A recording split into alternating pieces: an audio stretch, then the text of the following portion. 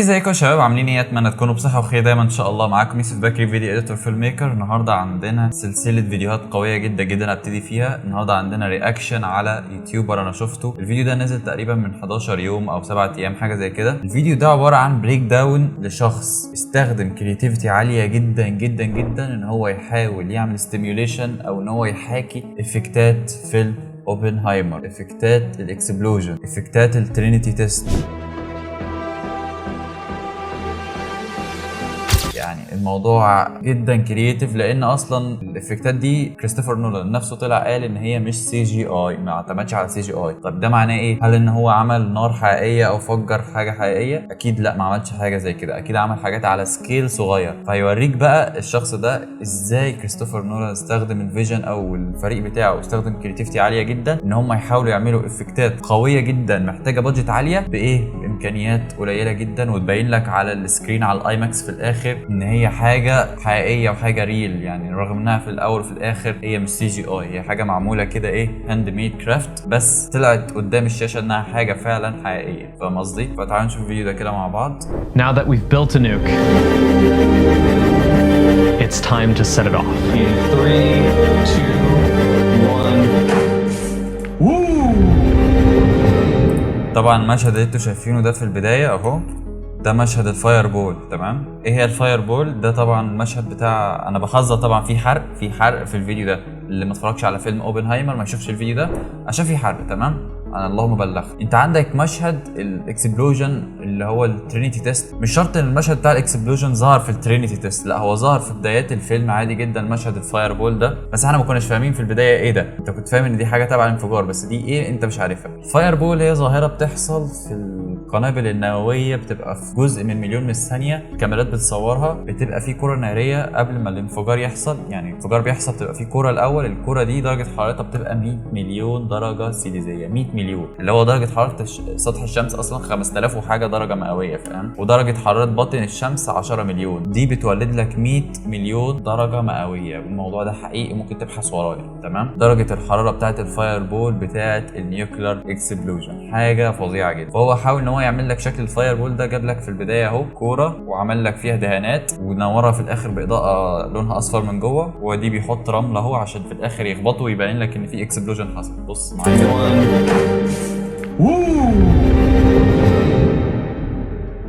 My name is William, and I recreate shots from movies on TikTok. With the release of Oppenheimer coming up, I looked through the trailer for a shot to recreate, but many were either too easy or way out of my means. That's when I jokingly said to a friend, what if we recreated the nuclear explosion? And then I thought about it. Could we recreate this nuclear explosion? I started researching. If you know anything about Oppenheimer, then you probably know that Christopher Nolan didn't use CG. So we're gonna do the same. I searched through interviews and articles trying to find any info on how Nolan did these effects, but nothing. Well, we don't want to give away the tricks too بيقول لك much. قاعد يبحث عن النت يشوف المخرج ازاي عمل الافكتات دي، لان هو في الاول في الاخر قال لك دي مش سي جي اي، دي حاجه حقيقيه. فهو اكيد يعني قاعد يبحث يقول لك ازاي دي حاجه حقيقيه. مش طبيعي ان هم هيعملوا قنبله نوويه في الحقيقه. فقعد يبحث على الطرق، ما لقاش ولا طريقه بتقول له حاجه. Nolan seems to be keeping this a secret. So if I wanted to do this, I had to start from scratch. Watching the trailer, there seemed to be several effects shown more than once. This first one actually shouldn't be too difficult. This seems to simply be glitter swirling around. بيقول لك اهو بدأ يمسك كل افكت لوحده. بدأ على اول افكت هو الافكت الاتومز او الذرات او تفاعل الشين رياكشن، تفاعل المتسلسل اللي بيحصل في القنابل الذريه في الانفجارات. اهو ده المنظر. طبعا الافكت ده هو اللي عامله بنفسه. هو كان في الفيلم طبعا شكله احسن من كده بكتير، بس هو بيحاول يعمل لك حاجه قريبه ومش لازم يوصل بالظبط 100% زي الفيلم. اكيد ده فيلم مصروف عليه ملايين الدولارات، مش هيعمل حاجه زيه بالظبط. يعني هو بيحاول ان هو يبقى ايه، كلوز لحاجه زي كده بحاجه يعملها في البيت. انت متخيل الموضوع كبير جدا. It shouldn't be too difficult. This seems to simply be glitter swirling around in water. قال لك ان هو جاب جليتر حطه في الميه وقعد يقلب. We'll just need a large enough container for it. قال لك لازم يجيب كونتينر الاول، عشان هو جربه في الاول في كوبايه صغيره لا الموضوع نفع. قال لك اما اجيب بقى ايه، كونتينر او حوض سمك كبير كده عشان يعمل عليه. ده افكت 2. The second one is a little more confusing, but it reminded me of الافكت 2 دوت اللي هو برضه تصوير التفاعل الشين رياكشن. تمام، جايب لك ان هو في ذرات بتتحرك وبتخبط في بعض. طبعا الايفكت ده معمول بحاجه اسمها لو شاتر سبيد، يعني انت بتبدا ان انت تصور على سرعه الغالق بتاعه الكاميرا معروفه ان هي فيها في غالق شطر بيفتح ويقفل بسرعه كده، تمام. كل ما الشطر ده يبقى سريع كل ما الصوره تبقى سموز ومفيش موشن بلور. وانا بعمل كده انت شايف ايدي طبعا في موشن بلور، ده معناه ان الايه ان سرعه الشطر نوعا ما ستاندرد ما هياش عاليه قوي. لما بتبقى عاليه قوي تبدا انها تلقط الموشن بشكل اسرع، ما يبقاش فيه موشن بلور زي ما انت شايف كده قدام الكاميرا، فاهم قصدي؟ فكل ما بتقلله كل ما بتبقى الحركه يعني بص ما فيش ضايعه خالص. فكل ما بتقلل سرعه الشطر فبالتالي الشطر بيقفل يفتح يقفل ويفتح، فانت كده بتزود المده اللي بيقدر الشطر ده او الغالق ده يستقبل فيها ضوء، فبالتالي هيبان ان في افكت جوشن بلور او افكت اضاءه غريب بالمنظر ده كده. Photos like these. They're called اهو long exposure photos. And you get them using a little بيقول لك بص عشان تعملها لازم تقلل الشطر عندك في الطبيعي مثلا بيبقى 1/24. بص هنا قلله كام؟ 1/5. قلله ربع، بص 4/10. we'll talk about later. ده افكت 3 افكت النار ده. The third effect stumped me. Beyond some sort of flammable chemical reaction, I did not understand how this could be done. That is, until I found this article from Sci-Fi, where Nolan says using interactions with different particles, different oils, different liquid. انا لقى مقاله دور قال لك هو ازاي عمل حاجه زي كده عشان يعمل مشاهد النيران ديت. قال لك ان في مقاله بتقول لك ان هو استخدم انتراكشنز حاجات ما بين بارتكلز شويه جزيئات على اويلز على ليكويدز. Maybe all we need is the right combination. اهو زيت مع ميه مع شويه بارتكلز عمل لك الايفكت ده. ده طبعا مشهد الفاير بول اللي موجود في الفيلم، ده المشهد الحقيقي شكل الفاير بول. طبعا شكل الفاير بول اهو زي ما انت شايف يبقى كده كبير كده وطالع من الاخر النار دي طالعه. طبعا تعالوا كده اوريكم شكله عامل ازاي اصلا في الحقيقه. ده تصوير حقيقي، تمام، ده تصوير حقيقي. بص عامل ازاي، دي الفاير بول اهي طالع منها النار بالشكل ده. بتبدا تكبر تكبر تكبر تكبر لغايه ما تعمل لك الشوك ويف والدنيا تبقى خلصت في جزء من الثانيه. يعني بس بص شكلها عامل ازاي. حاول اجيب لكم مشاهد تانية الفاير بول. طبعا ده البرج اهو زي ما انت شايف، ده زي البرج اللي كان في الترينيتي تيست اهو. بص البرج دوت اهو اللي بيبقى في القمه بتاعته القنبله، وبتبدا ان القنبله تنفجر وهي موجوده في اعلى التاور، تمام. فبيحصل ايه؟ فابرايزيشن. التاور ده كله بيتبخر في جزء من الثانيه، جزء من مليون من الثانيه.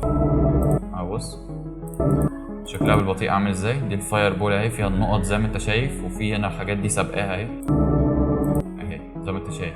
ده شكل واقعي من الحقيقه، انت بتخيل شكل مرعب اكتر من اللي كان في الفيلم اساسا.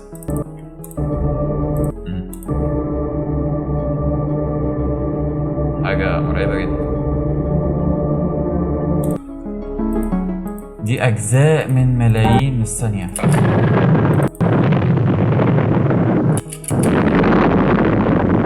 طبعا هي في اعلى التاور اهو زي ما انت شايف. بص ده التاور اهو، قنبله انفجرت في التاور. التاور ده حرفيا بيبقى خلاص بيتبخر في اجزاء من الثانيه.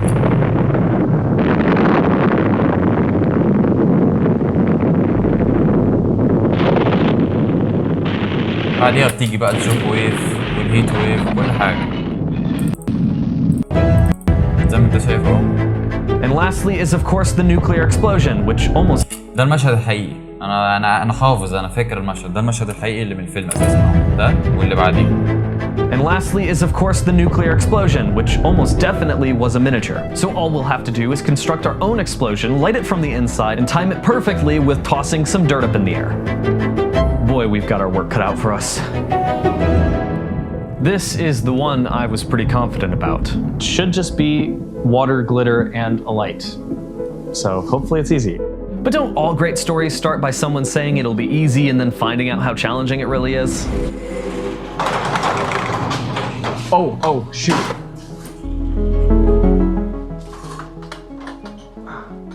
Shouldn't have opened the garage. To explain our setup a little, we began with a light overhead. This should cause the glitter to reflect the light. We also added a black backdrop. بيقول لك بدأ يظبط الإضاءات عشان يخلي الجليتر لما ينزل عليه الإضاءة يلمع. And we got this. شكلها رهيب جدا. Oh, that's exactly how they did it. Oh my goodness, we nailed it. So great.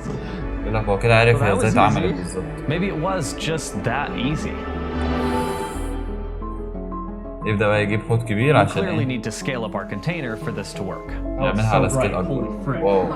Also looking at the original, there's white and blue particles, with the white particles seeming to be close. بيقول لك في الاوريجينال، في المشهد الاوريجينال بيقول لك ان في النص هنا وايت بارتكلز وفي هنا بلو بارتكلز، فهو عايز يعمل زيها، فهيعملها ازاي؟ بالاضاءه. Center. To achieve this, we used two lights. أهو An استخدم Amaran إضاءتين. 200D with a Fresnel in the middle, واحدة في and then النص an كده Amaran بيضة، F22C set to blue. وهيعمل above اتنين that. في الجنب All كده that was زرق. left to do was get the particles spinning like in the original. بدأ يعمل سبيننج للبارتكلز او الجليتر اللي Or not. Remembering back to the original container, we had something more cylindrical. An oblong shape like this fish tank will only give us complete chaos. So we went and بيقول لك ان هو لما عملها في البدايه يا صاحبي عملها فين؟ عملها في الحوض الصغير ده، كان شكله اسطواني صح؟ فلما كان بيجي يحرك الميه الجليتر كان بيتحرك في شكل اسطواني، فكانت مظبوطه اكتر. فهو لما جه عمل في الحوض الكبير ما ظبطتش. ليه؟ لان البارتكلز بدات تتحرك بشكل عشوائي في كل حته، ولا هو عايزها تدور كده ايه؟ تبقى متمركزه في النص. فعمل ايه بقى؟ بص الحركه الذكيه دي. the fishbowl, and that came with all sorts of problems of its own. Yeah, it's magnified. جاب لك حوض سمك صغير وهيحطه جوه الحوض الكبير. Glitter. شوف Out بقى. of frustration and a loss for ideas, I stuck the fishbowl into the fish tank. That stops up the effect. والله عظمه. And it worked. There's no magnification. Maybe it was pretty easy after all, giving us a هو ايه الهدف من الحوض الكبير؟ ايه الهدف من الحوض الكبير؟ الهدف من الحوض الكبير يديله زاويه في التصوير كبيره مش اكتر، فاهم؟ لكن هو في الاول في الاخر هو عايز شكل البارتكلز تدور زي ما هي دارت في الفيلم بشكل ايه؟ دوراني في النص كده. effect one. بص. هي بدأت تعمل هي تيار في النص زي ما انت شايف. If you know nothing about long exposure photos, here's how they work. A camera functions by opening and closing its shutter quickly, exposing the sensor to light for a brief period of time. But a long exposure بيحكي لك photo فكرة means بقى leaving the الشطر. shutter open for a long time, تمام. causing things in your shot to blur. اهو بيقول لك كل ما تقلل سرعة الشطر كل ما بتخلي استقبال الكاميرا للإضاءة أكبر، فبالتالي تعمل لك حاجة شبه الموشن بلور كده فاهم قصدي؟ I'm gonna swing this little light around. This is what we're بدأ counting يجرب on يحرك for إضاءة this الأول effect. أهو ويشوف الدنيا. Seemed بص to work on our photo camera, now to the video camera. Oh no. This camera only does 1/24. That's the slowest it goes. دي 1 ده 1 على 24. ده نفس السرعة اللي أنا بصور بيها حاليا، سرعة الشطر اللي بصور بيها حاليا دي العادية. Sight? Duh. Movies are shot in 24 frames per second. The shutter cannot be open for longer than each frame. So we actually just have to spin something really frickin' fast. We hit a dead end. What is that? Some analysis of the clip revealed there was likely a string involved. There are pixels that are brighter. And I started to ask قال لك انه لقى مشكله لما جه عملها، لقى في بيكسلز ظاهره ومش عايز البيكسلز دي تبقى ظاهره مبوظه الافكت. the question, what if this wasn't a light source, but a reflection of light? The first thing this بيقول لك ايه المشكله لما هو بدل ما يستخدم اضاءه يحركها، هو الاول جرب اضاءه يحركها، يستخدم حاجه تعكس الاضاءه، فاهم الفكره؟ بحيث انها ما تعملوش البكسلات دي، فاستخدم حاجه معدنيه زي ما انت made me شايف think كده. of as a piece of a slinky. Oh. But testing it was unsuccessful as that piece just flailed around. Additionally, we could too easily see the fishing line we tied the piece to. Onto the store for some black thread. And that's when I spotted something. What if we spin one of قال these لك في الاول ما around? كانش نافع فيدور Safety على pins. حاجه اهو، جاب لك في الاخر Metal and shiny. السيفتي Why بينز not اللي هي give ايه؟ them a try? دبابيز دي، Then we got وبدا this. يفكها. Oh! What? What if that's what that is? That's exactly what the frick, dude! ظبطها We'll just need it a little faster. ظبطها. A power drill would بيقول لك give us بقى the عايز يعملها speed, بشكل but اسرع. جاب لك ايه بقى؟ جاب لك دريل بالشكل ده كده، شنيور او حاجه، وركب فيها ربط فيها البتاعه دي اسمها ايه؟ المشبك الدبوس ده ولا اسمه مش عارف اسمه. ربطه وهو مفروض وبدا يحرك بقى. setting it all up wouldn't be so simple. And going. Okay. والله كرياتيفيتي فظيعه. Iteration after iteration, getting multiple spinning safety pins was challenging. قال لك بص بقى انا مش هكتفي بواحده بس، انا هجيب كذا سيفتي بينز واربطهم والف.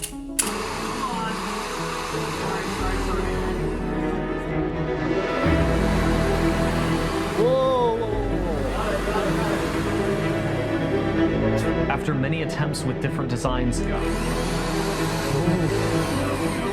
we finally decided on a small cardboard tube supporting 2 safety pins. And then we got this. بس النتيجة اللي وصلها في الآخر. It's not a perfect recreation, but it gives the idea of rapidly spinning particles to me. يقول لك ان هي مش بيرفكت بس في الاول وفي الاخر ادتك نفس الايحاء بتاع الافكت ان في ذرات بتتحرك ورا بعض. We don't know exactly how this one works. We're taking a stab in the dark. What we do know is that this is a liquid-based interaction. Not only because Nolan said they experimented with liquids, but because of these bubbles right here. What we don't know are what liquids, how many, or even what these particles are. The last thing we can be fairly certain of is that there's a light behind it. عايزين يعملوا دلوقتي افكت النار، تمام، بتاعت الاكسبلوجن. قال لك طبعا هو لقى في المقاله انه بيقول لك شويه سوائل على زيوت على صابون على مش عارف ايه وبارتكلز، هو عايز يعملها، هو مش عارف ايه نوع السوائل او نوع الزيوت اللي استخدمها، فهو هيقعد يخمن ويجرب بقى، فاهم. First we tried oil and water. These are 2 liquids that don't mix. جرب الاول اويل ووتر، خلي بالك في فرق ما بين انك تحط الاويل على الووتر وانك تحط الووتر على الاويل، في فرق كبير جدا. So in theory it could give us an interesting interaction. Look at all those bubbles. That's not gonna work. بيقول لك في بابلز، في فقاقيع كده مش هتشتغل. On to water and soap, which do combine. جرب بالمية في الصابون. Different interaction. I think we've got the right idea. قال لك الفكرة دي تمام نوعا ما. بدأ يحط بقى ايه We felt like we were close enough to move on and nail it a different day. But I wanted to try one last thing. We poured soap into water. What if we poured water into soap? هو حط ايه؟ soap in water، حط صابون في ميه. طب ايه اللي هيجرى لما يحط ميه في صابون؟ يشوف ايه الدنيا. طبعا مختلفين تماما يا جدعان، اي حد درس فيزيكال كيمستري هيبقى فاهم ان في فرق ما بين الاثنين. Experiment and gave it another try. Look. What if that's it? بص عملت له حاجه تانية خالص. We decided to mix it. Whoa. بص بقى هنا كده هتديله الافكت بالظبط، ده الافكت بالظبط حرفيا، ناقصه بس اضاءه من ورا وخلاص، اضاءه صفراء او اضاءه حمراء بس. هما منبهرين بالنتيجه جدا، بس شبهها بالظبط. Except it wasn't. طبعا هو قال لك دلوقتي ان هو ده الافكت فعلا، بس قال لك لا مش هو. ليه؟ البارتكلز حجمها كبير، في المشهد في الفيلم ما كانش كبير كده، هتشوف دلوقتي. هو بدأوا يظبطوا الإضاءة ويجربوا على سكيل أكبر بقى، فاهم؟ شايف البارتكلز كبيرة قوي، ما كانش حجمها كده في الفيلم.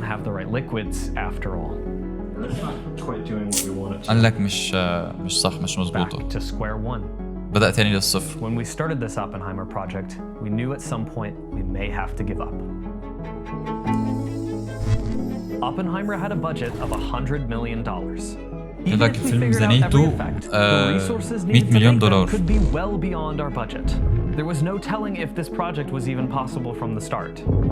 And maybe it was time to stop. يأس في الآخر بقى وقال هوقف خالص لأنه مش عارف يوصل بالظبط يكون قريب للفيلم يعني. هيجرب هو محاولة أخيرة. The one thing I couldn't get past is the size of our particles. They're just too big. A little research, قال لك اكتشف الغلطة. and we found this stuff, pigment powder. And then we tried cornstarch, صبغة ألوان عادية جدا، بودرة صبغة. to find our effect. Look at that. Finally, we struck a breakthrough. That looks really good. هنا بقى جابها. ليه؟ container. لما استخدم الجزيئات أقل أو حجمها أقل بدأت إنها تظبط أكتر، واستخدم سائل شاور، سائل تاني خالص غير الصابون اللي كان بيستخدمه في البداية عشان إيه يبقى الحركة أسلس. بص. So similar. And the more we tested, the clearer it became. We're figuring it out, dude. This is it. كده خلاص، كده اتجابت، ناقصها إضاءة It was بس. never the liquids, but the particles that made this. قال لك المشكلة ما كانتش في الليكويد، المشكلة كانت كلها في البارتكلز اللي كان بيستخدمها، الجزيئات اللي حاططها نفسها، الحاجات دي. بص شكلها، هي ده الشكل فعلا، ناقصه بس الإضاءة. مية وبودرة صبغة بس عمل لك الإفكت ده. We chose to keep our light white and color grade yellow in post. And yes, this is our footage, not from Oppenheimer. اتفضل يا عم، اتفضل يا عم، ده هو اللي عاملينه. ده هم اللي عاملينه مش من جوه الفيلم. حرفيا انا مش شايف في فرق خالص، اصلا مفيش فرق بالملي. عمل افكت موجود في الفيلم مصروف عليه 100 مليون دولار في البيت بحاجه زي كده، ميه وصبغه الوان. كريتيفيتي بجد. والواد ده قناته صغيره اصلا على يوتيوب، ممكن قناته اصغر مني كمان، بس الفيديو ده محقق مشاهدات جامده قوي يعني جايب 2 مليون.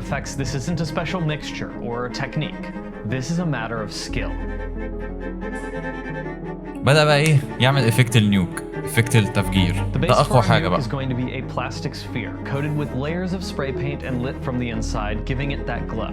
قال لك هيجيب كوره، هيبدا ان هو ايه يدهن بالتدريج، مره يدهن كده، مره يدهن طبقه يكون حاطط فيه كور لازقها عشان يعمل له فيها الفراغات. هتشوف دلوقتي.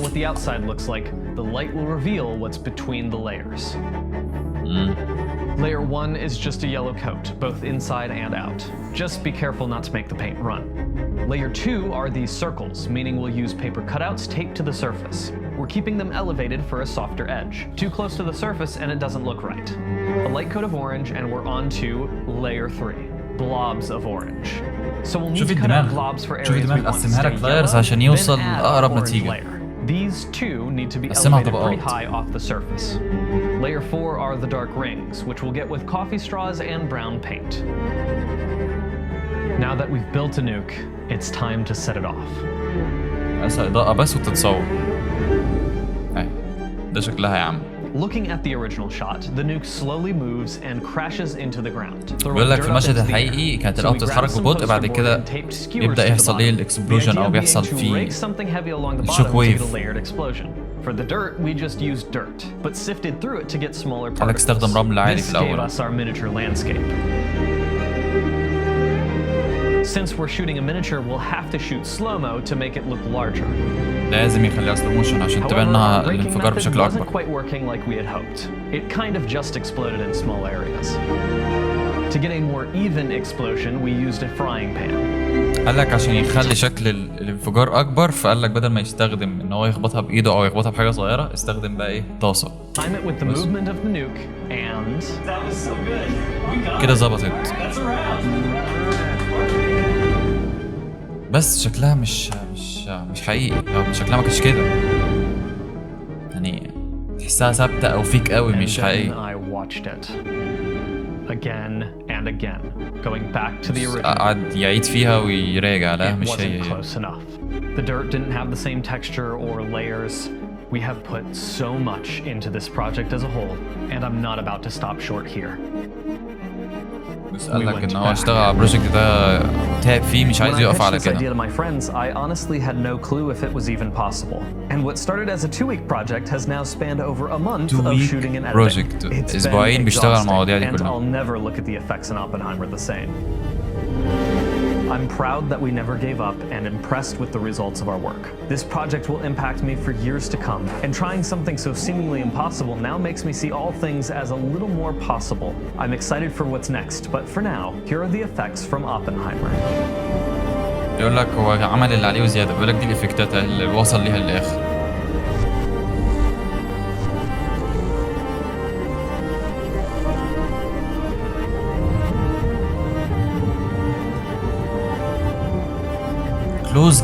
كلوز جدا حتى لو مش هي ريل، بالذات المشهد ده مش ريل قوي، بس كمشهد كمنظر شكله قريب جدا. بس كده يا جماعه، ده كان فيديو النهارده، طبعا فيديو طويل جدا، اول مره اعمل لكم فيديو طويل زي ده، بس عشان انا بقالي كتير مش بنزل على الشانل وكده، فقلت ايه ارجع لكم فيديو قوي. وما فيش حد عمل الفكره دي، انا شفت الفكره ديت معموله بره اهي زي ما انت شايف، قلت ايه اعرض لكم الفكره دي واوريكم الكرياتيفيتي وصلت لايه، او ان انت ممكن تعمل ايه ببادجت صغيره، مش لازم يكون معاك 100 مليون دولار عشان تعمل حاجه كلوز او حاجه انها تبقى بالمنظر ده. هو الموضوع كله في دماغك، الموضوع كله كرياتيفيتي وابداع مش اكتر. بس كده يا جماعه، لو الفيديو عجبكم ما تنسوش تضغطوا لايك اهم حاجه، وتشير الفيديو ده مع اصحابك. عايز الفيديو ده يوصل لاكبر عدد من الناس، واشترك في القناه وفعل زر الجرس اهم حاجه عشان يوصلك تنبيهات بكل فيديو جديد بنزله على القناه. وانا عامه بعمل كورسات هنا عندي مونتاج على القناه، لو انت اول مره تشوفني. كان معاكم يوسف بكري، سلام.